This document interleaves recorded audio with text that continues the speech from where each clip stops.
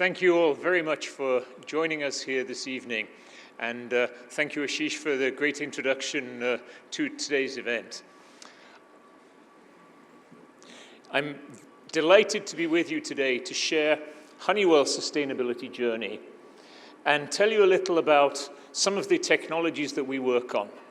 I have been with Honeywell for 26 years, and for 25 of 26 years, I was working in the business that developed the renewable fuels and alternative fuel technologies. And in the last year, I've had to learn all about the other technologies across the rest of Honeywell, and I'd like to share a little of that with you this evening. So, when we talk about sustainability, the United Nations definition of sustainability was meeting the needs of the present without compromising the ability of future generations to meet their own needs. And this is what sustainability is all about. It's about designing a world for our children, for our grandchildren, so that we solve the problems rather than pass them on unsolved. And Honeywell's sustainability offerings, when we talk about sustainability, we mean technologies that lead to improved safety, reduced environmental impact, and increased societal resilience. And that's technologies that we sell to our business customers to deliver those outcomes of safety, environmental impact, and societal resilience for the communities that they serve, for their customers. Everyone, you hear the word sustainability a lot, and everyone is talking about this. 55% of major corporations have set a target for reducing their own CO2 emissions to zero. And 90% of executives report that they're increasing their investment in sustainable technologies and in sustainability initiatives. But nobody has all of the technologies needed to do this. Nobody is able to solve the entire problem. And this is where a company like Honeywell that has a long, long history in automation, in energy and fuels processing, and in the aerospace and aviation sector, this is where we can help, and help our customers and their communities to achieve their sustainability goals. We know we can do this from our own track record. So Honeywell has been working on our own sustainability since 2004, which was when we first hired a Chief Sustainability Officer. And Evan Van Hook, who was our first Chief Sustainability Officer, retired last year, so I'm only the second CSO in Honeywell in 20 years.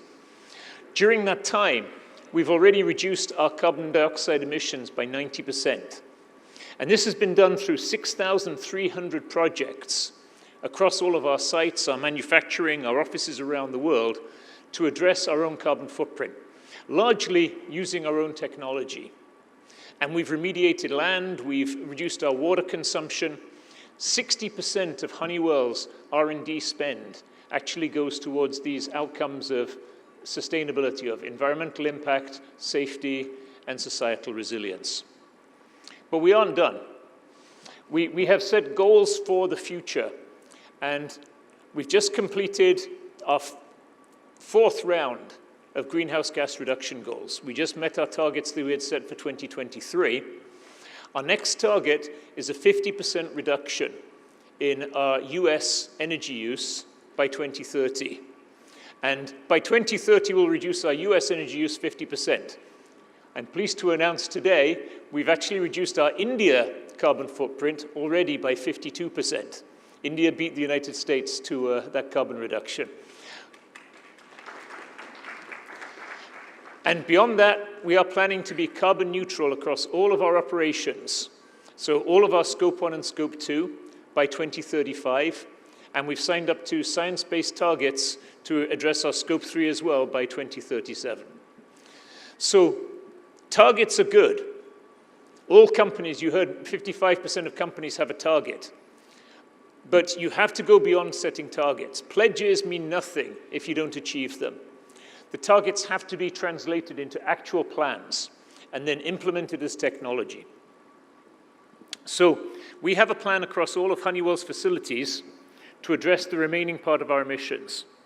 For our largest chemicals producing sites, we're doing this through carbon capture, through electrification projects to move away from fired heat to electrification, and through reducing our F-gas footprint, and then within our electricity consumption, using microgrids and on-site solar generation. And we are deploying technology that was actually developed here in India for the microgrid management and for battery energy systems, battery energy storage systems, to manage our own electrification. And for the rest of our sites, we're looking at fleet efficiency, again, at renewable power sourcing, and integrating renewable power into all of our operations. We've mapped out all of the projects we have to carry out to achieve our 2030 goals and our 2035 goals. And much of this is deploying the technologies like green hydrogen, carbon capture, renewable biogas, which we're going to be talking about today. But our leadership in addressing environmental impact goes well beyond the technology that we use in our own facilities. When you look across all of Honeywell, Honeywell is a $36 billion company. 60% of that is these sustainable outcomes technologies. So that's $21 billion of revenue comes from safety, environmental impact, and societal resilience. Across a whole range of different things, from measuring and reporting, energy efficiency, electrification, specific solutions for net zero, circularity, and safety and societal resilience. I won't read everything that it says on this chart, but I'm going to talk about some of the key technologies and some of the key ways in which we are developing the technical tools that society needs for a sustainable future. So I want to begin with sustainable aviation. You often hear people say, well, is flying sustainable? Should we fly less? We are a company that has done a lot of innovation in the aviation space. And we've all seen in our personal lives what a tremendous benefit aviation is to humanity.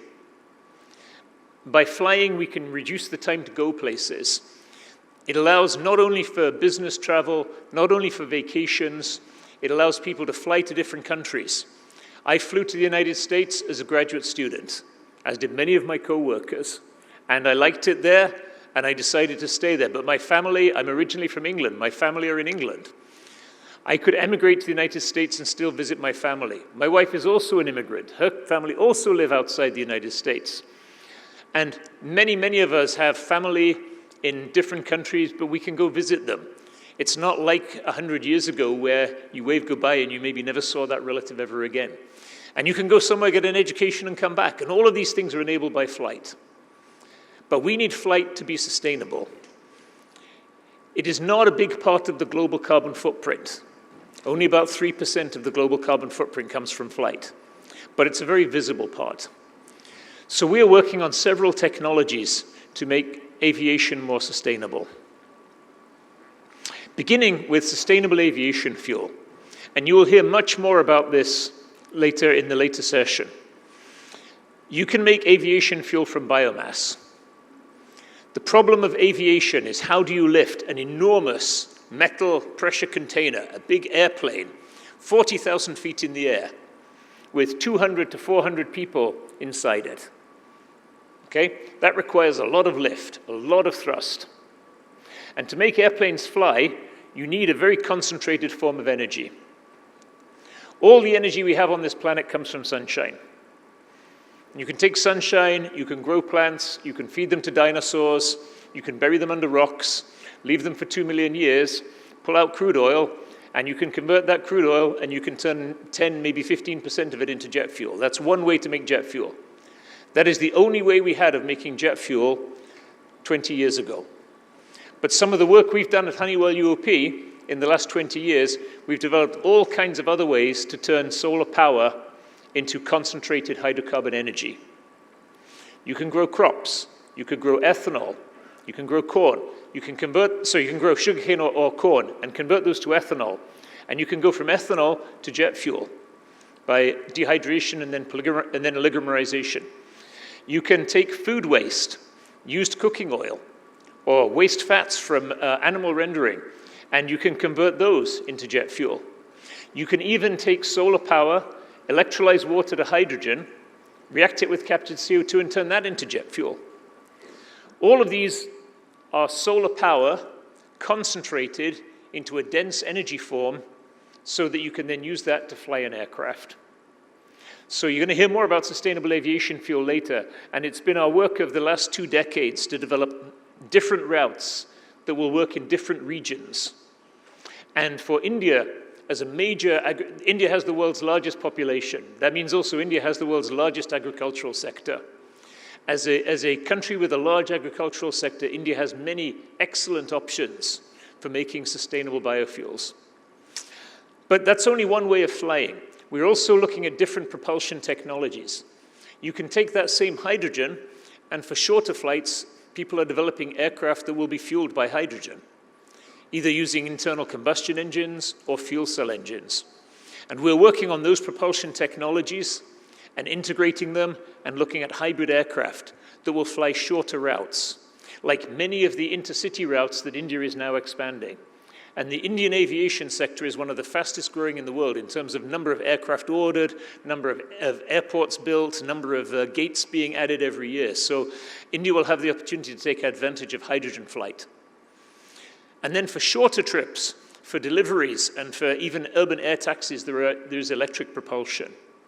And we're working on electric aircraft and electric propulsion systems that will enable air transport within cities, for deliveries, for ultra-fast transportation, and actually it has a lower carbon footprint than taking a taxi through traffic, even if the taxi is an electric vehicle. And for emergency responses, for first responders, if you have a flood and people are stranded on a roof and you need to get a boat to them, or you need to get a life raft to somebody who's been swept away by the water, a delivery drone is much, much safer than having a person go into the water to make that delivery.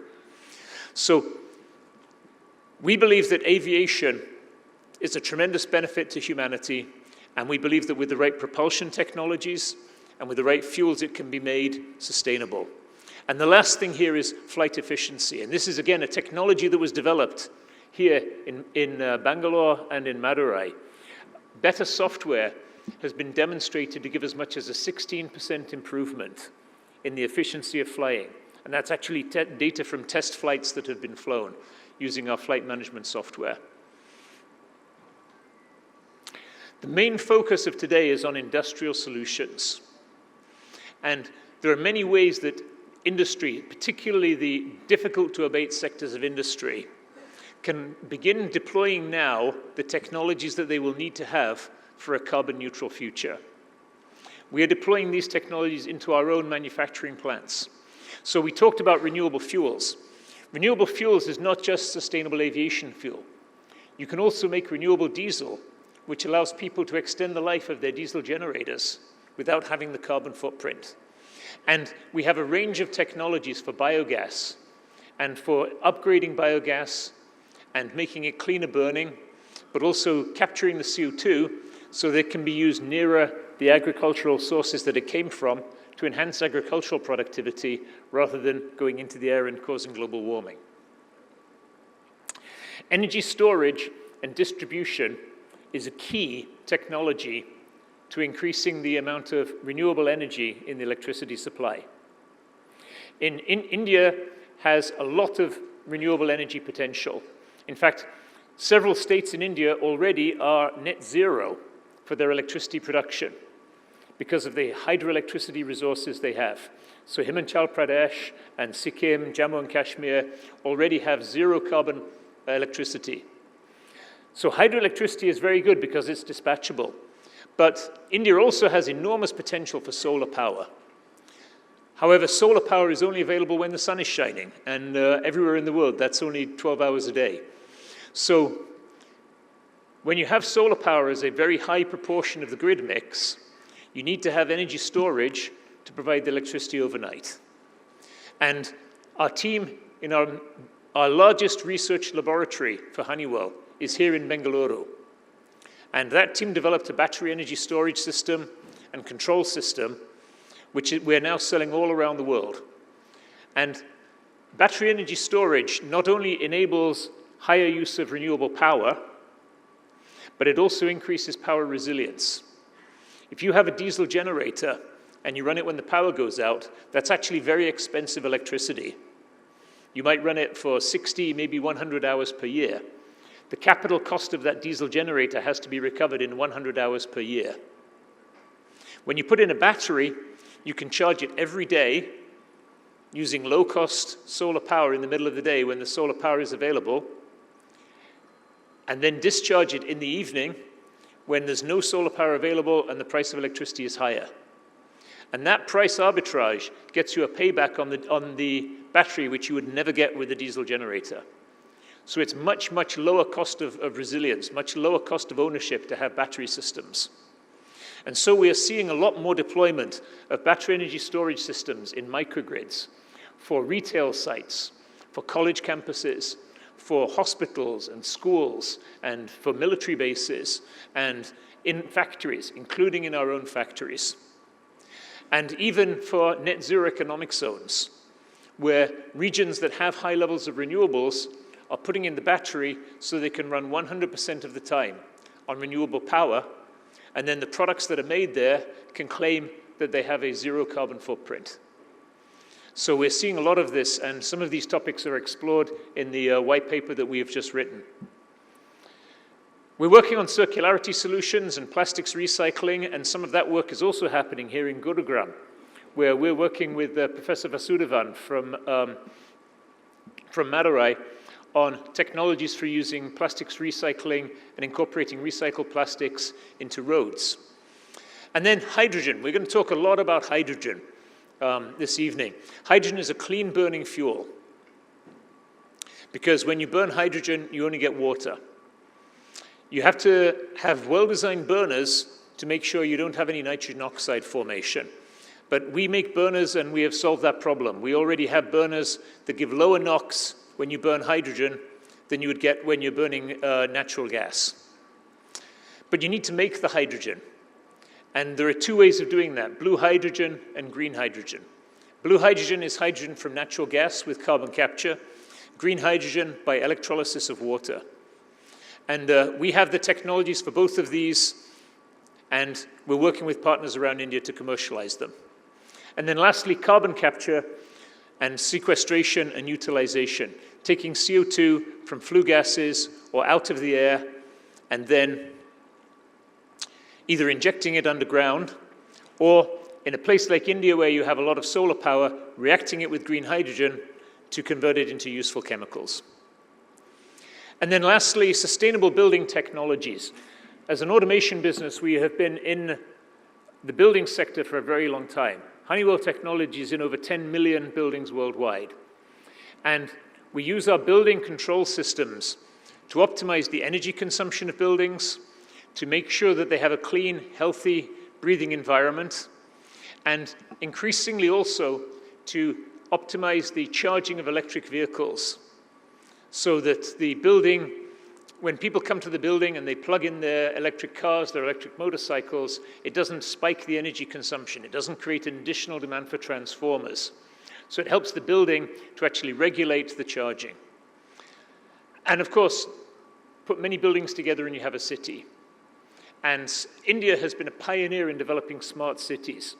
We see the next generation of that technology as making those smart and sustainable cities. So building on the infrastructure that is already there to then make the cities more sustainable and to reduce their carbon footprint. So it is a very exciting time to be an engineer, particularly at Honeywell. We have a saying that you see in some of our branding: the future is what we make it. And we call our engineers our future shapers. Many of us love working for this company because we have the opportunity to touch so many of these technologies and to really transform the way we live, the way we manufacture things, the way we travel, to build a more sustainable future. When you add the impact of all of these things together, across all the technologies I described, between 2023 and 2030, we expect that through our customers, we will avoid 2 billion tons of CO2. That's 175 times the whole emissions that Honeywell will have over the same time period. equivalent to 33 million American homes, and it would be a lot more than 33 million Indian homes, because India is much more energy efficient than the United States. So we believe we really are having an impact through these technologies, and we are very grateful for you being here with us this evening to hear about this and to explore ways in which these technologies can be applied to accelerate India's own journey to sustainability. Thank you.